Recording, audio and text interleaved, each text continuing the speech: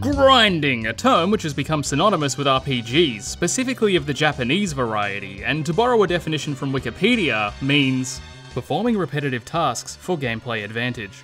It's a bit vague, but I think it accurately describes the broad application the term has picked up over the years. Yeah, I'm starting a talking point video with a quote from a dictionary. I've come so far.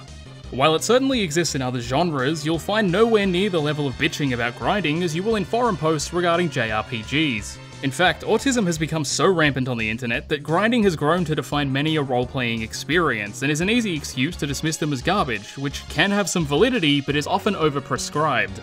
I get it, a poorly balanced game where stats are the dominant factor and whether or not you get to see the next story chunk can absolutely be crippling, and most games that require grinding do so in absence of actual worthwhile content.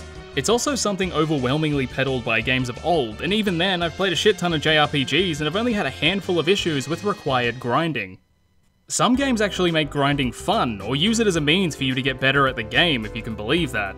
Legend of Dragoon does this well, as certain attacks can be quite difficult to execute correctly. I mean shit, even the internet's favourite reference point, Dark Souls, does a decent job at making grinding somewhat enjoyable. Or at least confirms the fact that grinding with somewhat of an action element is inherently less boring than menu-based interactions. And as much as people piss and moan about it, grinding serves an important function for effectively balancing a game without needing to change the difficulty or functionality in any way. If we've learned anything from modern Fire Emblem, it's that even when given multiple options to make the game easier, people will simply opt for tradition and reload whenever one of their characters dies. Guilty.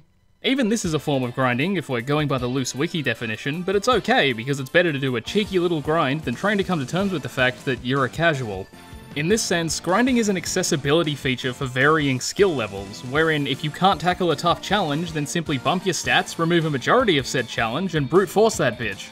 That's not to say it's a scrub way to play, more that you're given options as to how to approach certain things, and one of those options just so happens to be an eventual face fucking. I hate complimenting modern Fire Emblem because it's shit, but one of the best additions was the ease in which you could access optional grinding. Ironically, one of the worst things it did was add difficulty options. And shit tier waifus. It's no good anymore, know what I mean? You know why it's no good anymore, know what I mean?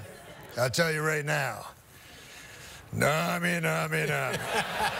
I've always been of the opinion that difficulty settings are balancing for lazy people, and that natural balancing should come from within the design of the actual game and not an options menu. I mean shit, Shigeru Miyamoto subscribes to a similar thought, citing the optional coloured blocks from Super Mario World as a perfect example. Considering this guy makes baby games and has never made a bad decision in his life, that's gotta count for something other than confirmation bias. I reckon that a lot of the issues with grinding come down to the slow, monotonous form that the big G usually takes. When I think of grinding, my brain immediately jumps to the most generic-looking JRPG, where I'm walking around a big green field begging for more of the same random encounter so I can one-shot every enemy and power level for a few extra stats. When it comes to Vidya in general, speediness can mean the difference between a massive gripe and a small inconvenience. Games like Super Meat Boy and Cuphead can be brutally difficult depending on how far you dive into each respective rabbit hole, but are very rarely tedious. The second you die in either of them, the distance between your death state and a clean attempt at the same stage is little more than the duration of a single button press. On the other hand, a game like Bloodborne, while an absolute gem, takes about 30 seconds to respawn the player or to load pretty much any map. This is also post-patch, where the pre-patch time was a bit closer to a minute. You read any review from the post-launch window and the load times will be plastered all over that sucker. I mean shit, I bitch about it now because I am not good at Bloodborne. People do not enjoy time wasted, and I can't blame them, we're all finite. The point being that Bloodborne wasn't shit-talked for its repetition in moving through the same levels over and over, but the excess amount of long-ass load screens between each familiar hike. How this ties back into grinding's fucking beyond me. I'm gonna end the video here. Thanks for watching. What I'm saying is, I think that the perception of grinding would be a lot more positive if it weren't frequently designed to accentuate the clear flaws. Repetition can be tolerable in small chunks, as long as you avoid lengthy load times, slow menus, and drawn-out battle animations. Disgaea, a personal favourite of mine, does this perfectly with the snappy menus and the ability to disable battle animations entirely. If it didn't do this, no one would like it, because it's a game where you grind, and that's pretty much it. If you want to show your gratitude, you can repay me with your body. I never knew you were like that. I'm currently balls deep reviewing the Digimon RPG series, and I've disliked pretty much every game to date. Since there are so many Digimon games and they share such similar design, trends have started to pop up, and one of those trends is consistently slow, tedious gameplay. The fundamentals are usually interesting or engaging for a little while, and then get brought down by the fact that it wastes so much of your time. You speed any of these games up by even 50% and you'd have a series of half-decent JRPGs. Instead, you've got a bunch of insipid trash which belongs where history left it. Plenty of the comments I've received on those videos have been people saying they enjoyed the game, but also removed the frame limit on their emulators, which not only lends itself to my speculation of speed, but also leads perfectly into the next point.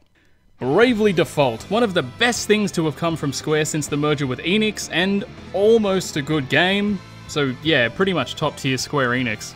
Despite the few glaring issues the title had, one of the best things it did was add both in-battle speed up as well as a player-controlled encounter rate.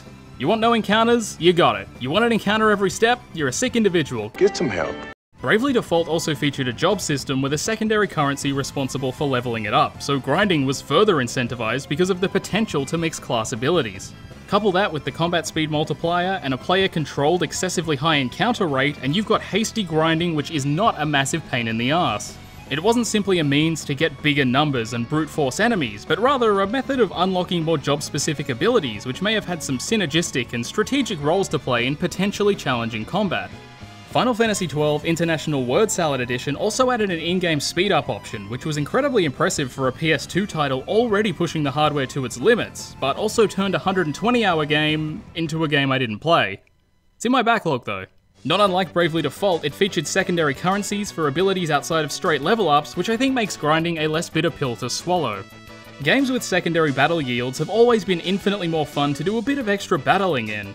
Titles such as Final Fantasy IX with its AP system, Final Fantasy Tactics with its JP system, or even Grandia 2 which has 3 of the bastards, all of which are used for different things. Even gold functions reasonably well as a motivator outside of experience points, and anyone who has ever played a Dragon Quest game knows exactly what I'm talking about. While I think it helps, it's certainly not necessary, as I also like the idea of combining everything into one centralized universal currency. And I'm gonna put on my YouTube analysis guy hat by saying that it's where the Souls series really shines. Souls are worth more by virtue of them being used for pretty much everything, so you could find yourself farming them for a whole host of reasons, and I believe these micro goals make it far easier to justify. You want some sword sold by a particular merchant? Well, that decision's probably going to impact your purchasing of weapon enhancements, stat increases, or even just buying expendable shit. And I think having such a weight on an easy come, easy go currency adds depth to most purchases, and the methods in which you acquire it. To conclude, I don't think grinding is inherently poor design or indicative of poor balancing. There's no debating that it's largely a waste of time, but there are clear benefits of having it as an option, but it should always be just an option. If you disagree or think I fucked something up, let me know. It's pretty much a guarantee in talking point videos that the creator has missed some glaring component which completely invalidates their argument. But to close, I'll leave you with the following. Grinding is the great video game equalizer. It's like a gun in that anyone can utilize it, and some may need it more than others. While it's certainly not for everyone, and whingy faggots hate it, sometimes it's nice to relax by shooting some low-threat entities repeatedly in preparation for a larger foe. Fuck, that went off the rails quick.